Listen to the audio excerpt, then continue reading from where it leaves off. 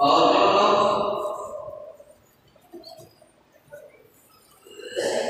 इस्लामी तालीमात और इस्लाम के आने के बाद वो लोग अगर दूसरे किसी इल्म की इत्तिबा करते हैं तो अल्लाह तबारक व तआला के अलावा कोई उनका मददगार नहीं है। मुअज़्ज़ज़ सामीन, हिंदुस्तान की सरजमीं में और यहाँ के बाशिंदों ने बहुत से मजहब के मानने वालों को कबूल किया। इसमें मुसलमान भी है, बुद्धिस्ट भी है, जैन भी है और दीगर मज़ाहिब को मानने वाले जो आज हिंदुस्तान में पाए जाते हैं, सबको उन्होंने हिंदुस्तान के बाशिंदों ने कबूल किया। इस हकीकत को हमें तस्लीम करना चाहिए। लेकिन दूसरी तरफ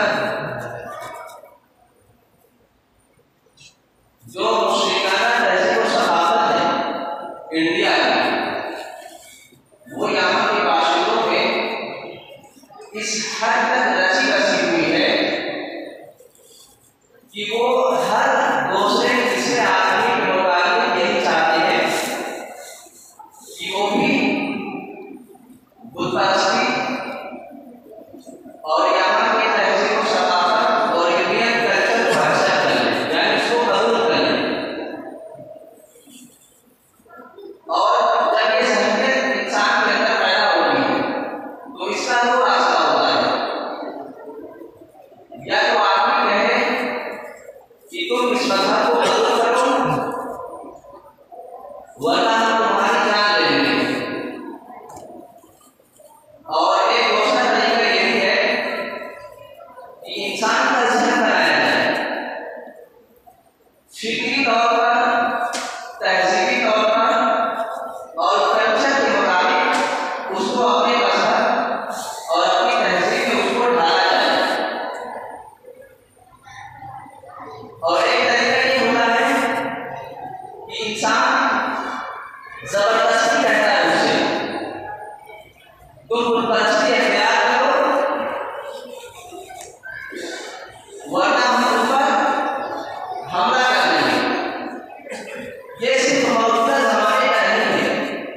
अगर आप कदीम तारीख उठा करके देखेंगे तो इसमें कहीं सूरत हाल नहीं है। आप मिस्र के बादशाह को देखें, फ़िरौन,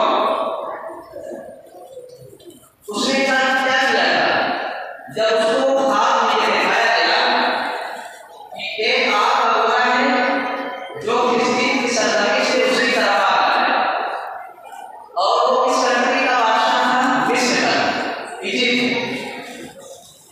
तो उसने जब इस ख्वाब देखा तो उसने तारीख बतलाने वालों से राब्ता किया। तो उन्होंने तारीख बतलाई कि एक बच्चा पैदा होगा जो तुम्हारी सल्तनत को खत्म कर देगा। तो इसने क्या किया कि जितने भी बच्चे पैदा हो रहे थे सबको उसने बदल करवा डाला।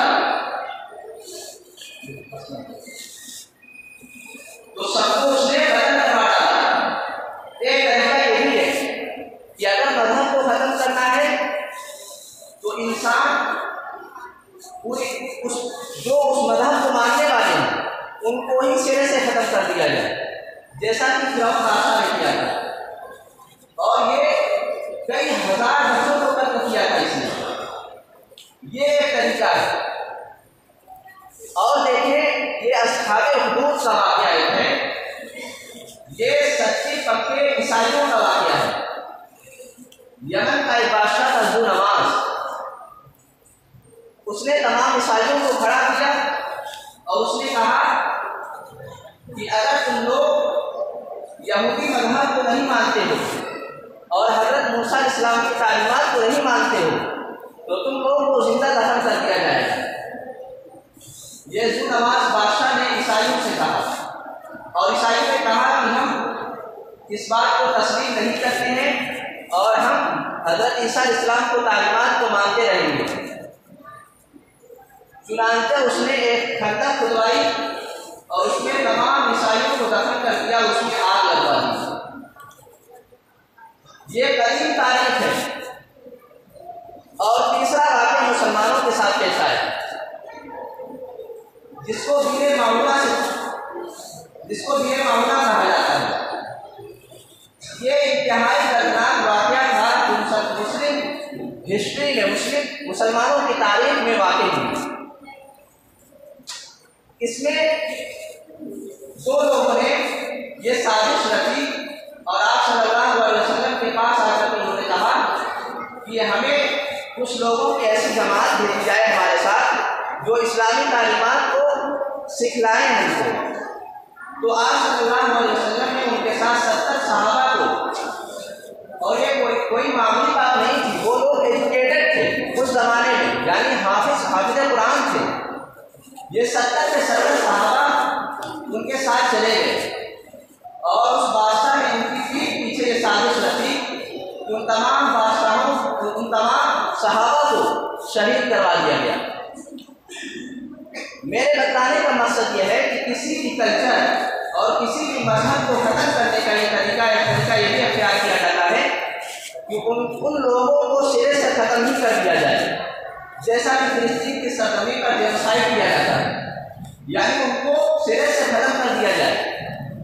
और ये देखिए, ये कोई जंग नहीं है फिलिस्तीन और यहूदियों के दरमियान, ये एक सिरे से नस्ल कुशी है, यानी तमाम औरतों को ख़त्म कर दिया जाए। जब औरतें नहीं होंगी तो वो बच्चे पैदा नहीं कर सकेंगी।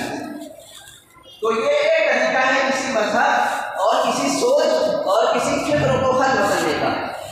और दूसरा तरीका मेरे मुसलमान भाइयों ये है कि आदमी की जो फिक्र है, आदमी का जो जहन है, उसको तब्दील किया जाए।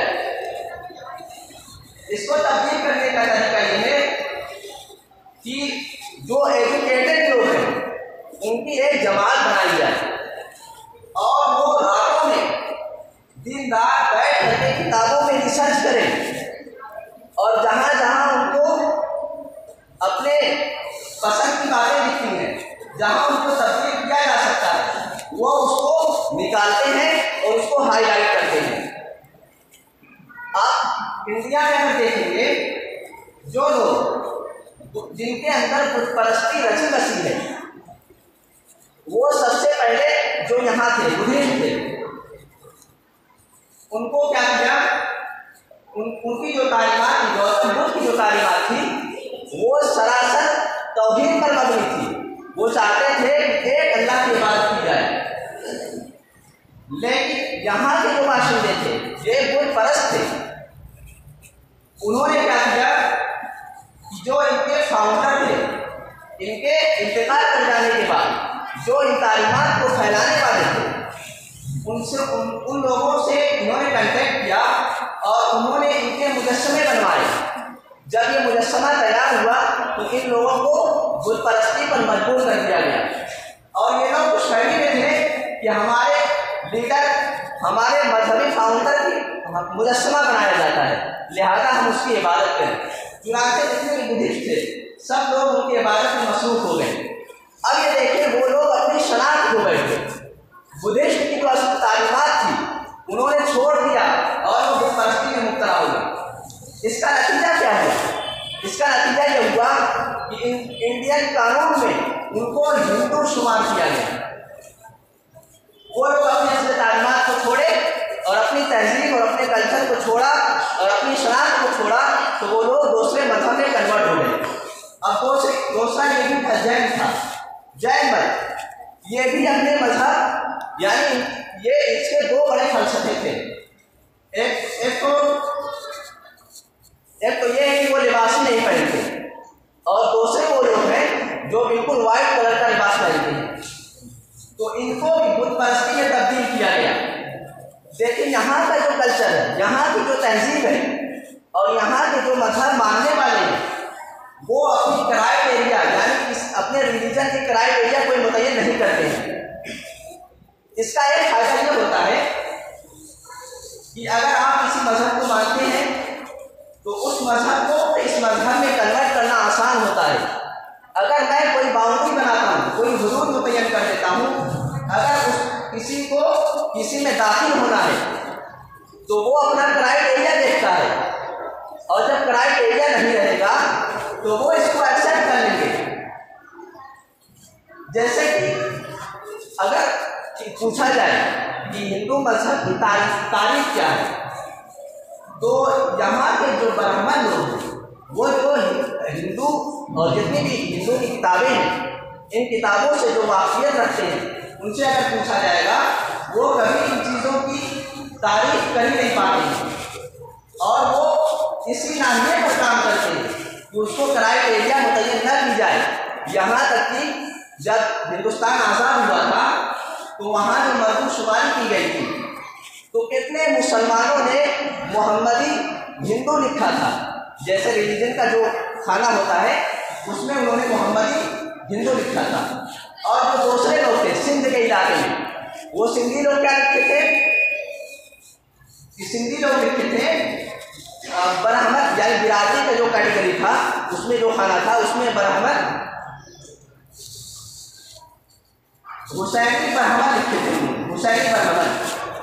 ये सब चीज़ें मुसलमानों के साथ ही पेश आई हैं, और मुसलमानों के साथ जो यहाँ इंडिया में किया गया है वो फिक्री लिहाज से जहनी तौर पर उनको तैयार किया गया।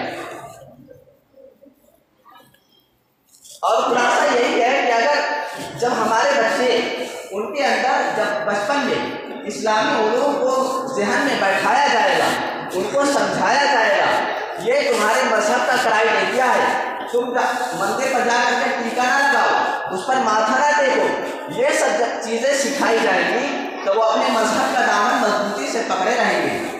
अगर बचपन में हम किसी गैर मुस्लिम स्कूल में जहाँ हिंदू शायर की इबादत की जाती हो, उनको फ़रोग़ दिया जाता हो, तो वहाँ हम अपने बच्चों को भेजने से बचाएं।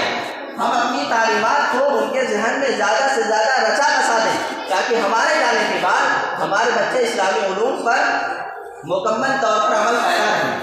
अल्लाह तबारक व तआला हम तमाम लोगों को इस्लामी उलूम पर अमल करने की तौफीक बख्शे। वाहिर दावाना अल्हम्दुलिल्लाहि रब्बिल आलमीन।